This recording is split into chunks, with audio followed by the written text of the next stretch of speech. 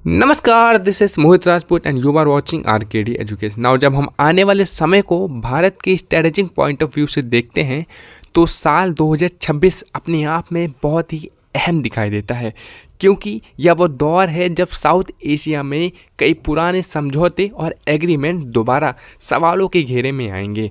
और ये सवाल किसी आइडियोलॉजी या पॉलिटिकल ड्रामा से नहीं, बल्कि रिसोर्सेस, क्लाइमेट प्रेशर और पॉपुलेशन रियलिटी से जुड़े होंगे। भारत के लिए यह सवाल इसलिए ज़्यादा इम्पोर्टेंट बन जाता है क्योंकि इसी समय कुछ ऐसे रीजनल एग्रीमेंट्स अपने एंड पॉइंट के करीब पहुंच रहे हैं जिन्होंने पिछले कई सालों तक स्टेबिलिटी बनाए रखी। और इन्हीं में से एक सबसे सेंसिटिव इशू है इंडिया और बांग्लादेश के बीच का गंगा वाटर ट्रीटी। यह ट्रीटी सिर्फ पानी बांटने का कागज नहीं, बल्कि ट्रस्ट, बैलेंस और लॉन्ग टर्म कॉर्पोरेशन का फ्रेमवर्क है, जिसे 1990s की परिस्थितियों को ध्यान में रखकर बनाया गया था।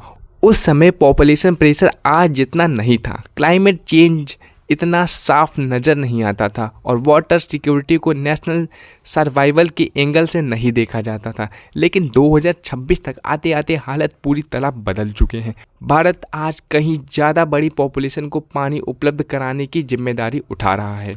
शहरों और खेती दोनों में पानी की मांग बहुत बढ़ चुकी है और क्लाइमेट चेंज की वजह से रिवर्स का बिहेवियर पहले जैसा प्रिडिक्टेबल नहीं रहा। ऐसे माहौल में कोई भी अपस्ट्रीम कंट्री पुराने गुडविल्स के आधार पर वाटर एग्रीमेंट्स को आगे नहीं बढ़ा सकता। इसी वजह से गंगा वाटर ट्रीटी का फ्यूचर सिर्फ रिन्यूअल या एक्सपायरी का सवाल नहीं है, बल्कि उसे नए हालत के हिसाब से ढालने का सवाल है। बांग्लादेश इस मुद्दे को डाउन स्ट्रीम कंट्री के नज़रिए से देखता है, क्योंकि जिस नदी को भारत में गंगा कहा जाता है वही बांग्लादेश में पद्मा कहलाती है। और यह नदी वहाँ की खेती, खाने की सप्लाई और गांव की इकोनॉमी के लिए बहुत ज़रूरी है। इसके साथ ब्रह्मपुत्र और ईस्टर्न एरिया से आने वाली पानी मिलकर पूरे देश का वाटर बैलेंस संभालता है। इसीलिए बांग्लादेश की चिंता सिर्फ पानी की मात्रा नहीं, बल्कि यह एश्योरेंस है कि भविष्य में भी पानी मिलता रहेगा। लेकिन जियोपॉलिटिक्स में एश्योरेंस एक तरफा उम्मीद से नहीं, बल्कि बातचीत और शर्तों से तय होती है। मौजूद ट्रीटी फरक्का बैरेज पर मेजर्ड फ्लो के आधार पर काम करती रही है, खासकर ड्राई सीजन में जब पानी सबसे कम होता है। इस सिस्टम ने बांग्लादेश को मिनिमम वाटर फ्लो और कंसल्टेशन जैसे सेफगार्ड्स दिए हैं और इसी वजह से पिछले कई सालों तक वहाँ एग्रीकल्चर स्टेबल रही। लेकिन ग्राउंड रियलिटी अब बदल रही है। हीट वेव्स बढ़ रही हैं, इवेपोरेशन ज़्यादा हो रहा है, ग्लेशियर्स और मानसून दोनों अनरिलायबल होते जा रहे हैं और एक्सपर्ट साफ तौर पर कह रहे हैं कि आने वाले समय में इंडियन सब कॉन्टिनेंट में बड़े तनाव पानी को लेकर होंगे। ऐसे हालत में इंडिया के लिए ज़रूरी होता है कि वह वाटर डिप्लोमेसी को सिर्फ जेनरोसिटी के नज़रिए से ना देखे, बल्कि लॉन्ग टर्म नेशनल इंटरेस्ट के हिसाब से देखे। इसका मतलब पानी रोकना नहीं है, बल्कि क्लियर कंडीशंस के साथ कॉर्पोरेशन करना है।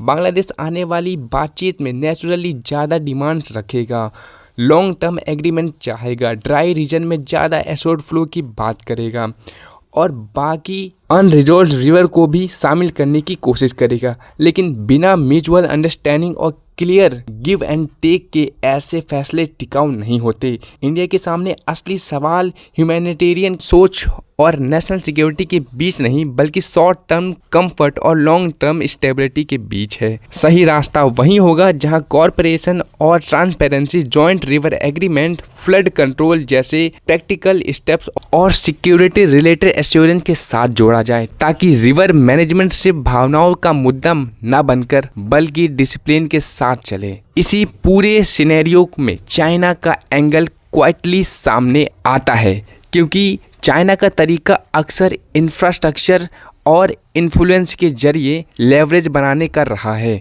अगर रीजन में अनसर्टेनिटी बढ़ती है तो बाहरी ताकतें ऑटोमेटिकली स्पेस ढूंढती हैं और इंडिया के लिए चैलेंज यह होगा कि वह एंगेजमेंट और फार्मनेस के बीच सही बैलेंस बनाए रखे। 2026 इसलिए डिसाइसिव है क्योंकि यह भारत को यह तय करने पर मजबूर करेगा कि वह फ्यूचर वाटर पॉलिटिक्स में सिर्फ रिएक्ट करेगा या रूल सेट करने वाला पावर बनेगा। जेनरोसिटी और स्ट्रेटजी को साथ लेकर चलना आसान नहीं होता, लेकिन यही मैटर नेशन की पहचान होती है। और इसी पॉइंट पर मैं आपसे पूछना चाहूँगा कि आपके हिसाब से इंडिया को रिवर बेस्ड कोऑपरेशन में कौन सी ऐसी शर्तें क्लियर रखनी चाहिए जिन पर कोई कॉम्प्रोमाइज़ ना हो, ताकि रीजनल स्टेबिलिटी बनी रहे और नेशनल इंटरेस्ट भी सुरक्षित रहे। और अगर इसी सिचुएशन में चाइना के अप्रोच को बेंचमार्क माने तो इंडिया को किन शर्तों से जानबूझकर दूर रहना चाहिए? अपने थॉट्स कमेंट सेक्शन में लिखिए, क्योंकि जियोपॉलिटिक्स नारों से नहीं बल्कि साफ सोच और दूर की नज़र से आगे बढ़ती है। तो मिलते हैं नेक्स्ट वीडियो में, तब तक के लिए जय हिंद, जय भारत, मे गॉड्स ब्लेसिंग्स विथ यू।